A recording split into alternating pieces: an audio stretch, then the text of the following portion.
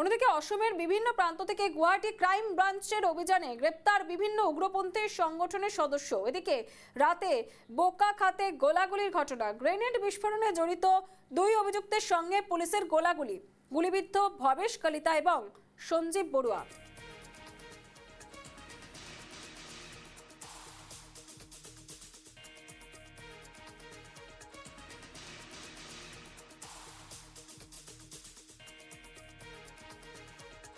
বিভিন্ন প্রান্ত থেকে গুয়াহাটি ক্রাইম ব্রাঞ্চের অভিযানে গ্রেপ্তার বিভিন্ন উগ্রপন্থী সংগঠনের সদস্য। এদিকে রাতে বোকাখাতে গোলাগুলির ঘটনা, গ্রেনেড বিস্ফোরণে জড়িত দুই অভিযুক্তের সঙ্গে পুলিশের গোলাগুলি, গুলিবিদ্ধ ভবেশ কলিতা এবং সঞ্জীব বড়ুয়া। ঠিক কি কারণে এই ঘটনা ঘটলো বা বিস্তারিত এখনো পর্যন্ত সঠিকভাবে না জানা গেলেও বারবার যে বিষয়টা উঠে আসছে, ক্রাইম ব্রাঞ্চের অভিযান, অসমের বিভিন্ন প্রান্ত থেকে গুয়াহাটি ক্রাইম ব্রাঞ্চের অভিযানে গ্রেপ্তার বিভিন্ন উগ্রপন্থী সংগঠনের সদস্য। এদিকে রাতে বোকাখাতে গোলাগুলির ঘটনা, গ্রেনেড বিস্ফোরণে জড়িত দুই অভিযুক্তের সঙ্গে পুলিশের গোলাগুলি, গুলিবিদ্ধ ভবেশ কলিতা এবং সঞ্জীব বড়ুয়া।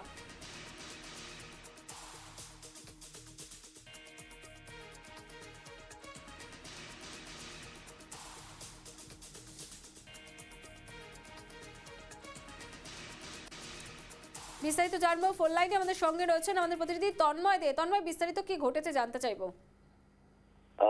দেখো অবশ্যই যে গুয়াহাটির যে ক্রাইম ব্রাঞ্চের হাতে, প্রথমে আমি বলছি যে প্রথম খবরটা যে গুয়াহাটি ক্রাইম ব্রাঞ্চ কাল কিন্তু দেখা গেছিল যে আসামের বিভিন্ন প্রান্তে অভিযান চালিয়ে 4 জন উগ্রপন্থী সংগঠনের যে সদস্য তাদেরকে অ্যারেস্ট করে, গ্রেফতার করে।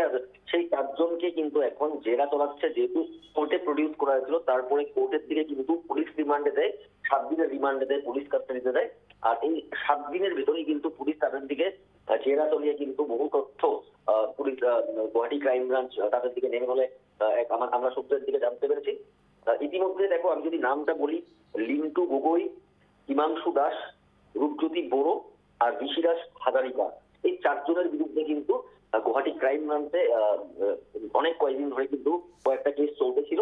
আর তাদেরকে খোঁজে কিন্তু বিভিন্ন জায়গায় পুলিশ বা গুয়াহাটি ক্রাইম ব্রাঞ্চ অভিযান চালিয়েছিল, যদিও সফল হয়নি। কিন্তু দেখা গেছে যে কাল গুয়াহাটি ক্রাইম ব্রাঞ্চ আসামের বিভিন্ন প্রান্তের দিকে এই 4 জনকে গ্রেফতার করেছে। আর এই 4 জন কিন্তু উত্তর পূর্বের যে উগ্রপন্থী সংগঠন, একাংশ উগ্রপন্থী সংগঠন আছে, তাদেরই কিন্তু সদস্য।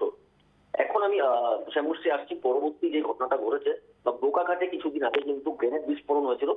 সেই গ্রেনেড বিস্ফোরণের যে তদন্ত পুলিশে করতেছিল, তদন্তর পরে কিন্তু 2 জনকে পুলিশ গ্রেফতার করে। একজন সঞ্জীব বড়ুয়া, তুমি ইতিমধ্যে নামটা বললে।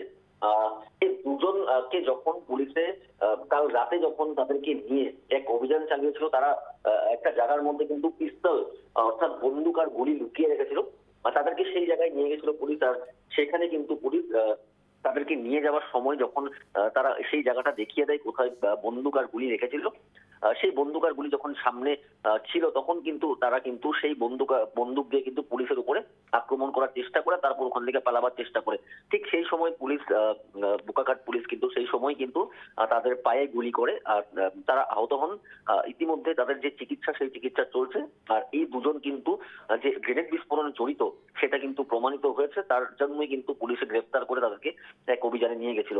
আর তারপরে কিন্তু এই পুরো ঘটনাটা ঘটছে। অর্থাৎ যে পুলিশ যে খুব কম সময়ের মধ্যে এই গ্রেনেড বিস্ফোরণের যে অভিযুক্ত 2 জনকে গ্রেফতার করেছে, সেটা কিন্তু পুলিশের জন্য প্রশংসনীয় কথা। কিন্তু এই মুহূর্তে একটাই কথা বলবো যে এই কয়টা দিনে কিন্তু যে বিভিন্ন প্রান্তে যেগুলো ঘটনা ঘটেছে, তারপরে কিন্তু পুলিশ দেখা যাচ্ছে যে এখন জোরদার তদন্ত আর গ্রেফতার করতে সক্ষম হচ্ছে। অনেক ধন্যবাদ। এতক্ষণ ফোন লাইনে আমাদের সঙ্গে ছিলেন আমাদের